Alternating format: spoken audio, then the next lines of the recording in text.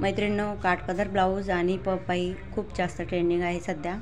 तर त्याच पफबाईची मी आज तुम्हाला कटिंग शिकवणार आहे, कशा प्रकारे करायची ते. चला तर मग आता आपण काय करूयात, सुरुवात करूयात. बघा, अस्तर आणि ब्लाऊज पीस मी घेतलेला आहे.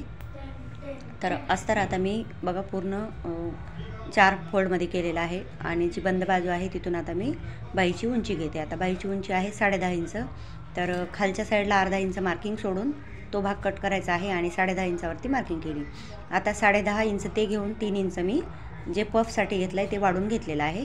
त्यानंतर आता जी बाईची आपल्या कॅप हाईट असते ती 3 इंचावरती टाकलेली आहे.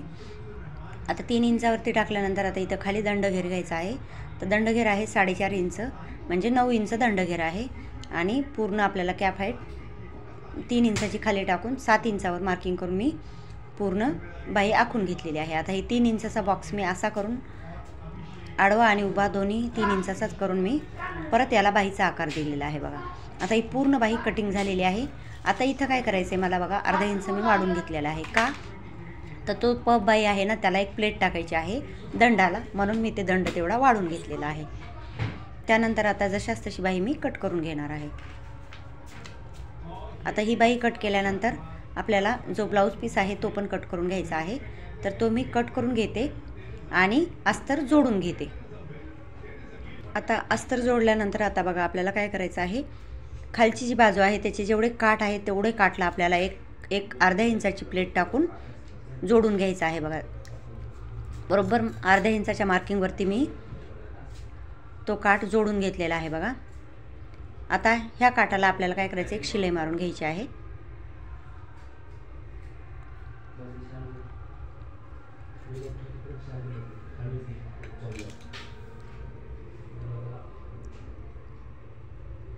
आता शिलाई मारल्यानंतर बघा, तर वरच्या साईडला काय करायचं आपल्याला 4 ते 5 अशा प्लेट टाकत जायच्या आहेत, एकदम छोट्या छोट्या. तो जो आपण अर्ध्या इंचाचा जो भाग आहे जोडलेला, तो भाग आपला ह्या प्लेटमध्ये आपल्याला घ्यायचा आहे, प्लेट टाकून छोट्या छोट्या.